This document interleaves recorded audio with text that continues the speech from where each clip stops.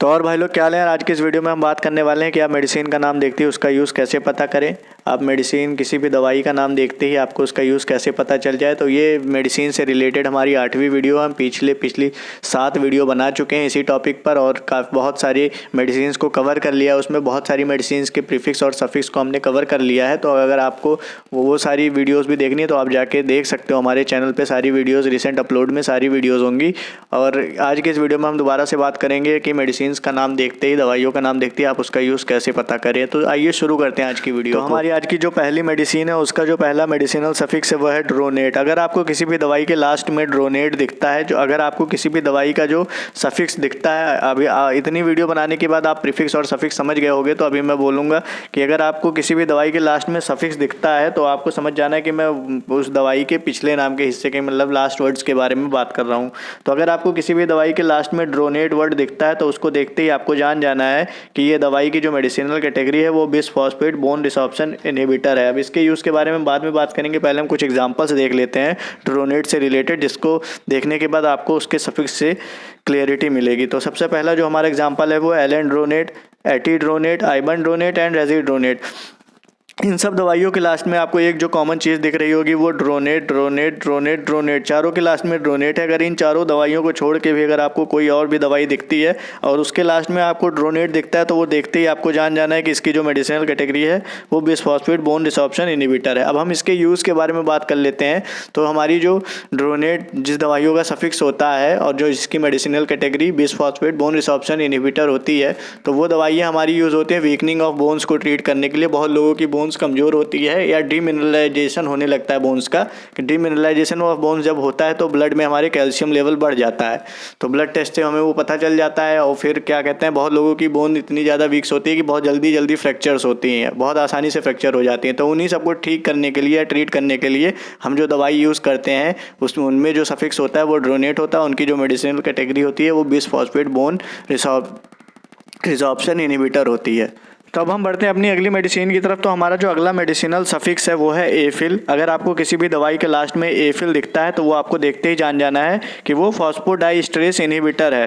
अगर आपको किसी भी दवाई के लास्ट में एफिल दिखता है, अगर आप एग्जांपल के तौर पे देख लें, अवानाफिल, सिल्डेनाफिल, टेडालाफिल एंड वर्डेनाफिल, सबके लास्ट में एफिल एफिल एफिल कॉमन है। अगर इन दवाइयों को छोड़ के भी किसी और दवाई के नाम में एफिल आता है तो वो आपको देखते ही जान जाना है कि इसकी जो मेडिसिनल कैटेगरी है वो फॉस्फोडाइस्ट्रेस इनहिबिटर है।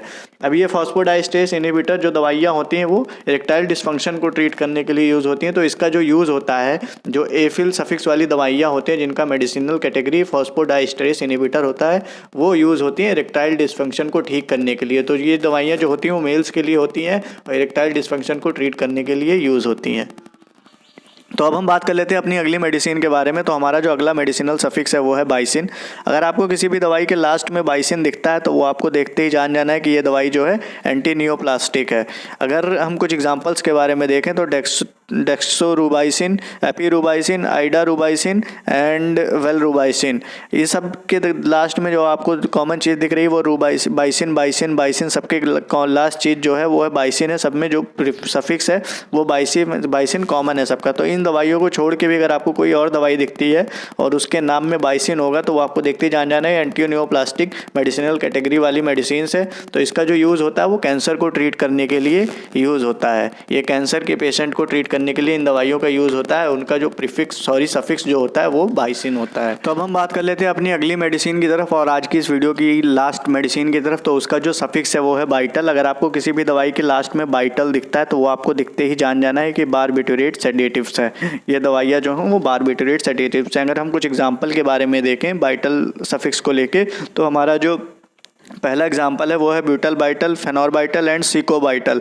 सबके लास्ट में बाइटल बाइटल कॉमन है। अगर इन तीनों को छोड़ के भी अगर आपको कोई और अलग से मेडिसिन दिखती है और उसके लास्ट में बाइटल जो सफिक्स बाइटल दिखता है तो वो आपको देखते ही जान जाना है कि इसकी मेडिसिनल जो कैटेगरी वो है वो बारबिटूरेट सेडेटिव है। अगर हम इसके यूज़ के बारे में बात करें तो यूज़ होती है CNS डिप्रेसेंट होती है, मैंने इसमें थोड़ा सा गलती हो गई, CND लिखा है, तो वो आपको जान जाना है कि CNS डिप्रेसेंट है।